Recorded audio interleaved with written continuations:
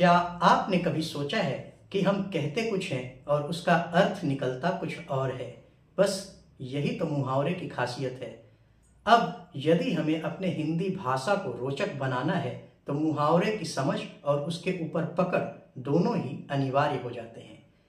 मैं आपसे पूछता हूँ, क्या आपने कभी किसी से नहीं कहा कि अरे तुम्हारी तो नाक कट गई, मेरे काम में टांग ना अड़ाओ। या फिर किसी ने आपसे नहीं कहा कि अरे तुम्हारे तो तोते उड़ गए, या फिर आग बबूला क्यों होते हो। अब समझने वाली बात यह है कि ना तो किसी इंसान का किसी तोते से कुछ लेना देना है असलियत में, और हमेशा किसी के तोते नहीं उड़ते, ना फिर कोई आग बबूला होता है। ठीक है, पर हम ऐसा कहते हैं क्यों? बस यही तो मुहावरे का कमाल है। शब्द कुछ और, मतलब कुछ और, मगर असर सीधा दिल और दिमाग पर। अब अगला विषय हमारा है कि मुहावरे की परिभाषा क्या है। तो मुहावरे जो है ऐसे शब्द समूह को कहते हैं, क्षमा कीजिएगा, अस्थाई शब्द समूह को कहते हैं जिसका अर्थ उसके शब्दों से सीधा सीधा नहीं निकलता, बल्कि उसमें लाक्षणिक अर्थ छुपे होते हैं जिसे हमें समझना होता है। अब आसान भाषा में यदि हम समझें तो मुहावरे जो है वो हमारी हिंदी भाषा के मसाले हैं। वो इस तरह से क्योंकि वो हमारी भाषा को रोचक, चुटीला और बेहद प्रभावशाली बना देते हैं। इसीलिए हमने आपसे पहले कहा था कि शब्द कुछ और पर मतलब कुछ और। जैसे कि अगर किसी ने कहा कि अरे तुम्हारी तो नाक कट गई। अब नाक कट गई का अर्थ ये नहीं है कि आपकी जो नाक है वो सच में काट दी गई और उससे खून निकलने लगा और आप शूर्पणखा बन गए। नहीं, ऐसा बिल्कुल भी नहीं है। नाक कटना का यहाँ पर तात्पर्य है कि आपकी बेइज्जती हो गई, आपका तिरस्कार हो गया। अगर आपको मुहावरे इस्तेमाल करना है तो आपको इसी रूप में इस्तेमाल करना होगा कि नाक कट गई, आप इसे बदल नहीं सकते। और जब मैं ये कहता हूँ कि आप इसे बदल नहीं सकते, तो यहाँ मैं ये कहना चाहता हूँ कि नाक कटना जो है वो एक अस्थाई शब्द समूह है। अस्थाई मतलब जिसे बदला नहीं जा सकता। और जब हम ये सब बातें कर रहे हैं तो हम धीरे धीरे रुख कर रहे हैं मुहावरे की विशेषताओं की तरफ। जैसे कि मुहावरे का एक विशेषता जो है वो होता है निश्चित रूप, मतलब आप उसके रूप को बदल नहीं सकते।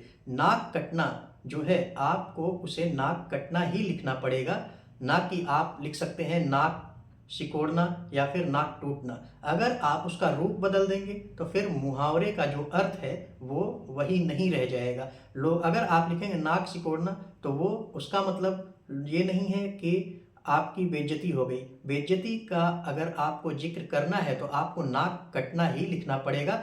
इसीलिए ये अस्थाई होना चाहिए, इसका रूप जो है वो निश्चित होना चाहिए।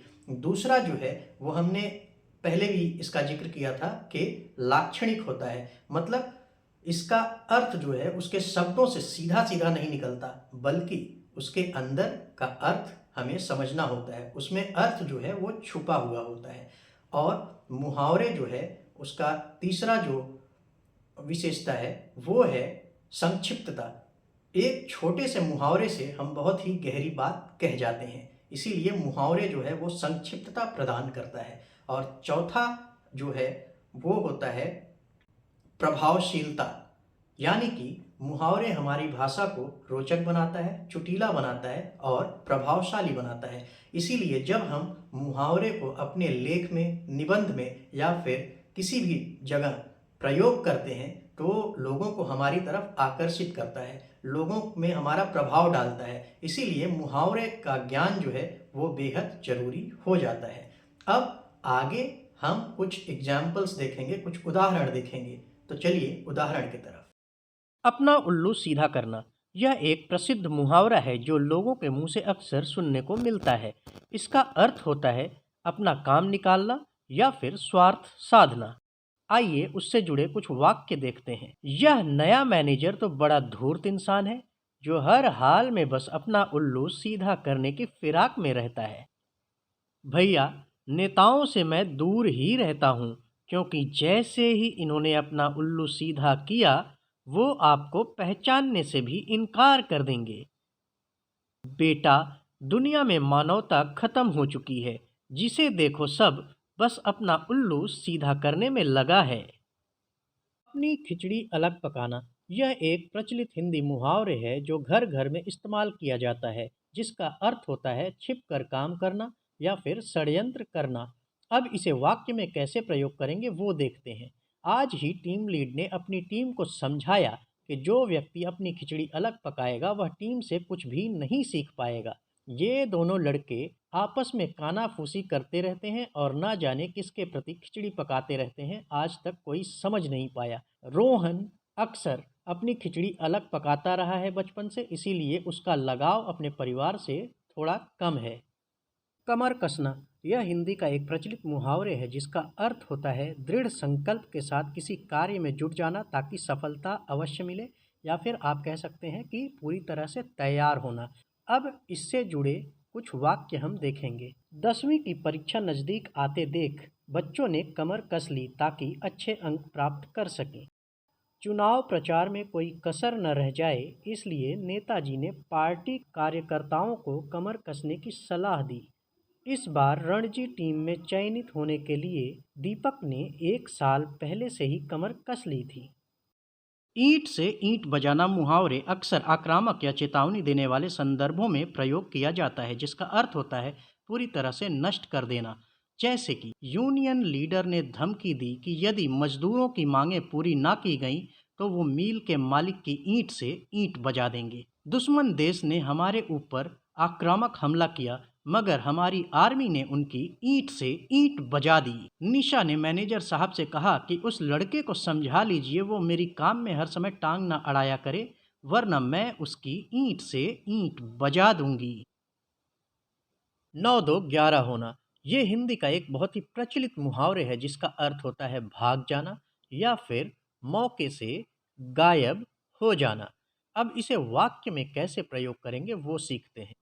पुलिस ने जैसे ही एक चोर को पकड़ा उसके साथी 9-2-11 हो गए, यानी कि वहां से भाग गए। डॉक्टर साहब को दिखाते ही मेरा बुखार 9-2-11 हो गया।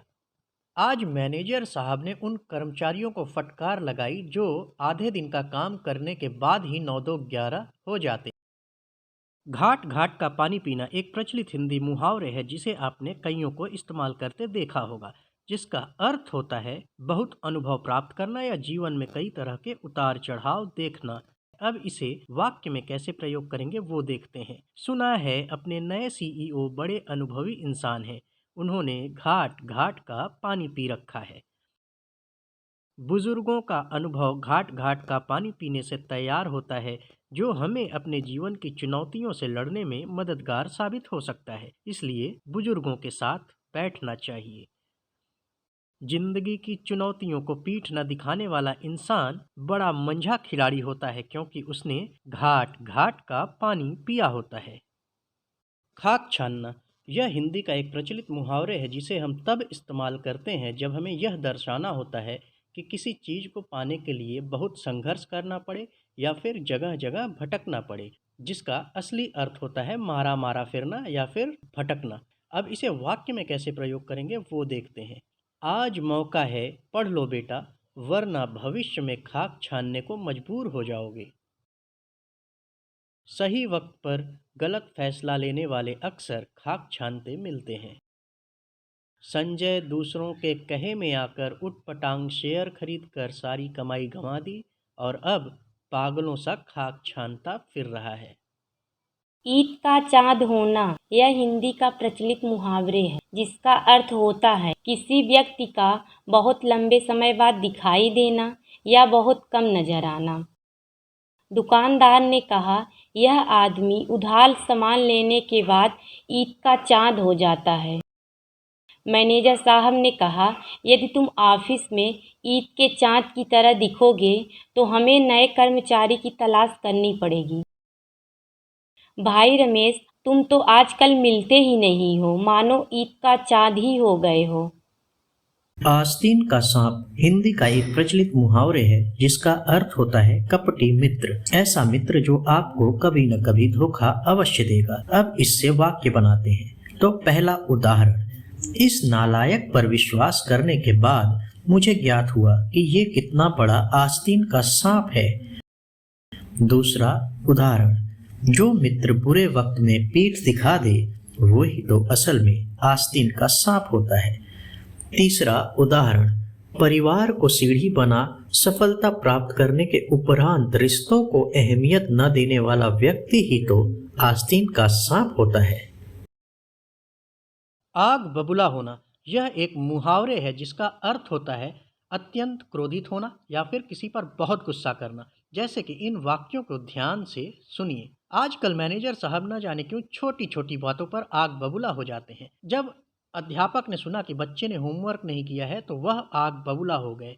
हे, जो इंसान छोटी छोटी बातों पर आग बबूला हो जाता है वह बहुत कमज़ोर इंसान होता है। और शरारती बच्चों की अकमादी देखकर लोग पार्टी में आग बबूला हो गए। अंगारों पर पैर रखना यह एक प्रचलित हिंदी मुहावरे है जिसका अर्थ होता है जोखिम भरे काम करना या फिर ऐसा काम करना जिसमें हानि निश्चित हो। जैसे कि भाई साहब, बिना सोचे समझे शेयर मार्केट में पैसे लगाना अंगारों पर पैर रखने जैसा है।